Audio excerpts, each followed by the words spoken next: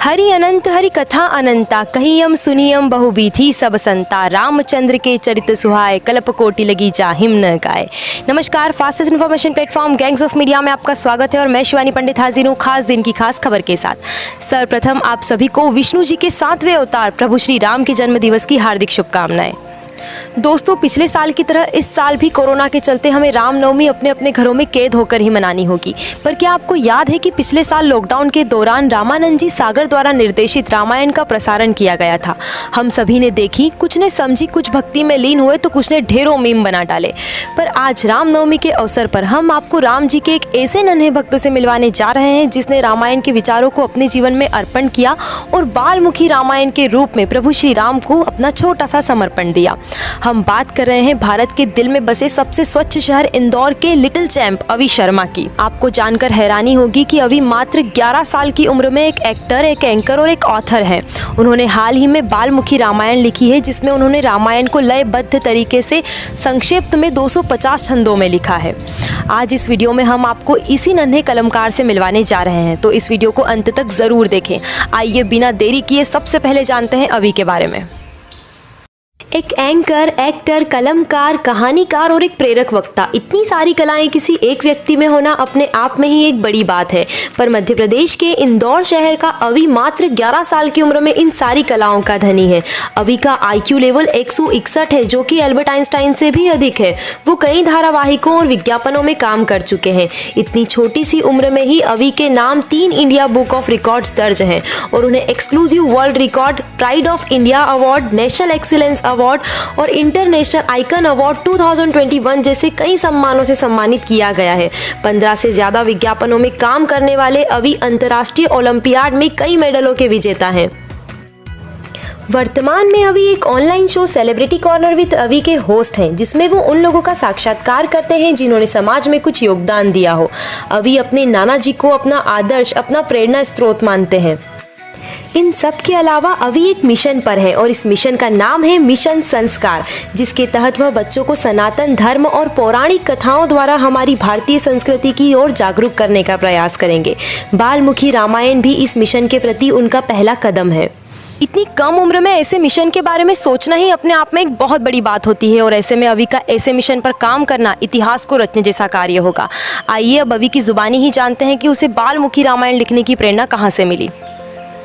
तो बालमुखी रामायण लिखने की प्रेरणा मुझे धारावाहिक रामायण से मिली। अभी सबको पता है लॉकडाउन हुआ था, तब रामायण टीवी पर प्रसारित की गई थी।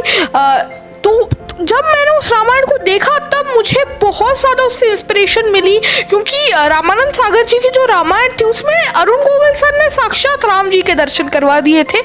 तो मुझे लगने लगा जब वह रामायण खत्म हुई कि क्यों हम इस रामायण को नहीं पढ़ रहे हैं, क्यों हम इसे समझ नहीं रहे हैं, भगवान का जो चरित्र है उसे अपने जीवन में क्यों नहीं उतार रहे हैं। क्योंकि आप देखिए, भगवान एक अच्छे पति थे, एक अच्छे पिता थे, एक अच्छे बेटे थे, एक अच्छे भाई थे और एक अच्छे राजा थे, एक अच्छे योद्धा थे और साथ ही साथ उनमें कितनी सारी क्वालिटीज थी।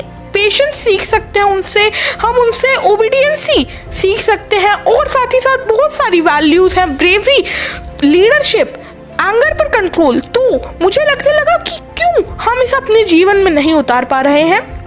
जब एक दिन मैं सोया, फिर अगले दिन जब मैं जागा तब मुझे ऐसा लगा कि स्वप्न में मेरे माँ सरस्वती आई हैं और उन्होंने इस रामायण का पहला जो छंद है जो भगवान श्री राम के जन्म से संबंधित है वह मुझे दिया और फिर उस छंद को मूल बनाकर मैंने सारी जो पूरी रामायण है इसे छंदों में लिखा। 250 छंदों में मैंने पूरी रामायण को लिखा है और ये पूरी ही हिंदी भाषा में है, क्योंकि मेरा उद्देश्य यह है कि लोग इस रामायण को समझे, पढ़े।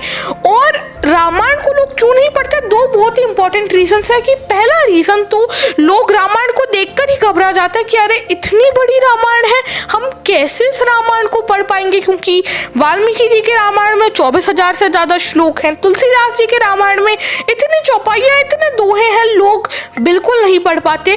तो इसलिए ही मैंने इस रामायण को खाली 250 छंदों में लिखा है, वो भी मेलोडियस वे में, जिससे कि आप इसे समझ सकें। और लोग एक और वजह से नहीं पढ़ते, जो है लैंग्वेज प्रॉब्लम। रामायण जो है वह संस्कृत में है, अवधी में है, और यह भाषाएं बहुत कम लोगों को आती हैं, लुप्त होती जा रही हैं भारत में। और बाकी रामायण अगर बात करें भावार्थ रामायण की, कंभन रामायण की, फिर अध्यात्म रामायण की, यह सारी रामायण प्रादेशिक भाषाओं में है। तो इसलिए ही मैंने इसे हिंदी भाषा में लिखा, क्योंकि सभी लोग भारत में ऑलमोस्ट सब लोग इंग्लिश समझते हैं, हिंदी समझते हैं। तो इसलिए ही मैंने इसे हिंदी भाषा में लिखा, जिससे कि सारे ही लोग इसे पढ़ें, इसे समझें। क्योंकि भगवान श्री राम का चरित्र हम सभी को अपने जीवन में उतारना चाहिए, क्योंकि वह भगवान इसलिए ही उन्होंने त्रेता युग में अवतार लिया था, जिससे कि हम कलियुगियों को वह मैसेज दे सकें कि लाइफ को एक आदर्श वे में कैसे जीना। तो इस बालमुखी रामायण की एक कॉपी हमारी टीम ने भी अपने पास रख ली है, और हमारी नई पीढ़ी जिस तरह का कार्य कर रही है और जिस तरह के स्टेप्स उठा रही है, ये वाकई सराहनीय है और समाज को एक अच्छी दिशा देने की तरफ एक बहुत बड़ा कदम है। पूरा वीडियो देखने के लिए धन्यवाद, और अगर आपको हमारे वीडियो पसंद आया तो इसे लाइक कीजिए, ज़्यादा से ज़्यादा शेयर कीजिए, और ऐसे ही देश और दुनिया की तमाम खबरों के लिए हमारे चैनल को सब्सक्राइब करना ना भूलें।